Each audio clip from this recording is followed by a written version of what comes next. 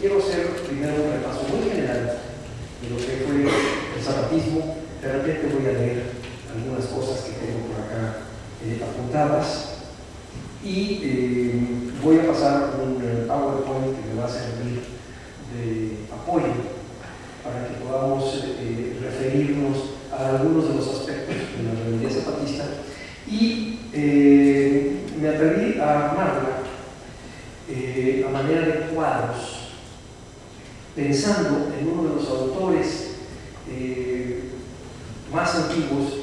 que habló del zapatismo ya como un acontecimiento histórico, que fue el rey Avilés, y que escribió un libro que se llama Cartones zapatistas. Y lo que hizo fue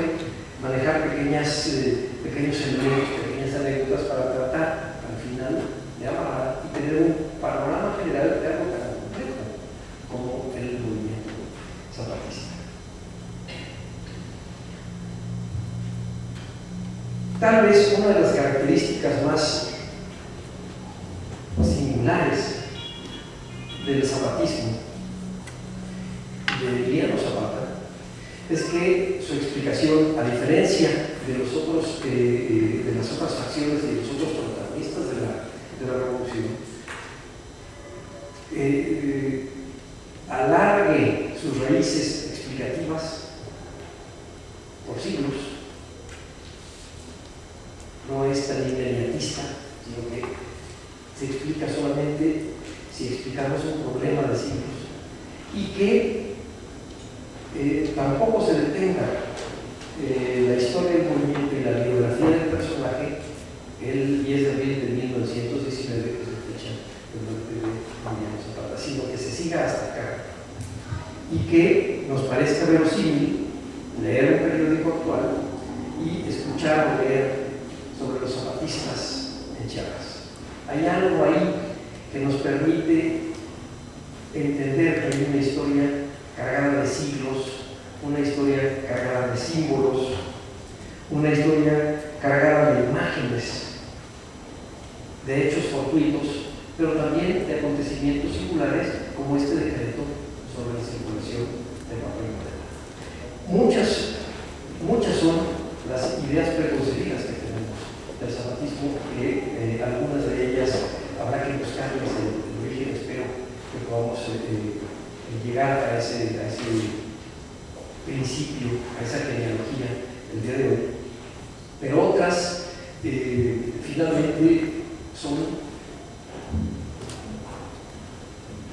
simplemente aquello que Carlos Ayarón explicó como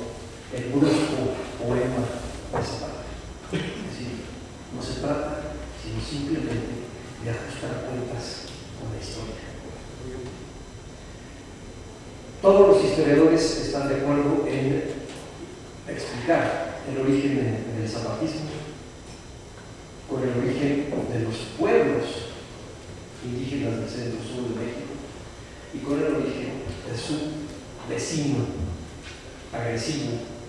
muchas veces, que es la Hacienda. El origen de los pueblos, tal como los conocemos, de los pueblos indígenas de México, es del tercer cuarto del siglo XVI, estamos hablando de los 1570, cuando se establece el fundo legal. En el caso de Morelos, a finales del siglo XVI y comienzos del siglo XVII, se establecen los fundos legales de los pueblos. Pero se establecen de una manera interesante, se establecen a través de la documentación y del dibujo de un mapa, de un documento de lectura mixta,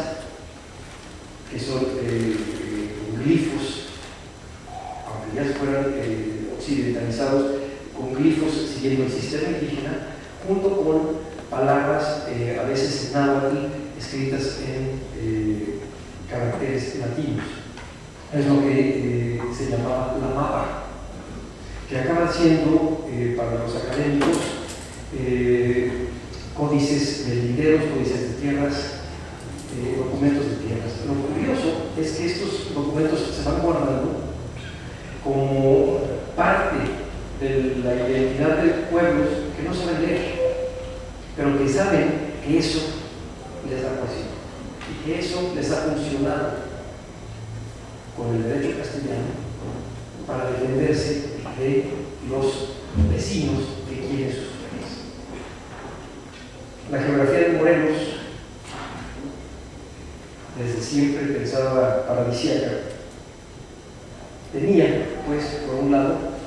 a los pueblos indígenas reconcentrados después de las grandes epidemias del 16 y en tiempos de Felipe II, reconcentrados, establecidos como los conocemos hoy, con sus plazas, con sus iglesias, con sus ayuntamientos, con sus casas consistoriales, etc. Y con los asentamientos de españoles que tenían una idea totalmente diferente de cómo poseer y de cómo entenderse con la naturaleza. Una de las características singulares de esta relación es que el rey tuvo que intervenir para dejar separadas las repúblicas de indios de las repúblicas españolas, precisamente para no tener un conflicto legal en donde las haciendas simplemente se iban a ir tragando a los pueblos. Esta fórmula funcionó desde principios del siglo XVII hasta el tiempo de los Borbones, al tiempo de las reformas borbónicas, en particular en la segunda mitad del siglo XVIII. A partir del siglo XVIII los Borbones ya no piensan como pensaban los Austrias y dejan que las haciendas empiecen a crecer. Sin embargo, el derecho todavía, el derecho de tierras, el derecho de los pueblos seguía existiendo, no se había anulado. Entonces las haciendas lo que hicieron fue establecer algunos mecanismos un poco tramposos para irse comiendo a los pueblos. Entre otros, el arrendar en la hacienda del hacendado, arrendaron una parte de las tierras, fundamentalmente las partes que tuvieran que ver con los pastos para el ganado o con el agua para el riego. Y cuando había un cambio de propietario, los títulos y los papeles de la hacienda incluían la del arrendamiento y entonces el nuevo dueño la tomaba como si fuese dueño e inmediatamente hacía una recomposición de tierras. A la corona eso le convenía porque cada recomposición implicaba un pago de derechos y lo aceptaba. Entonces los pueblos poco a poquito fueron mordidos en sus tierras desde el siglo XVIII y a lo largo de la primera mitad del siglo XIX. Esto también nos quitaría, nos haría un lado un estereotipo cuyo origen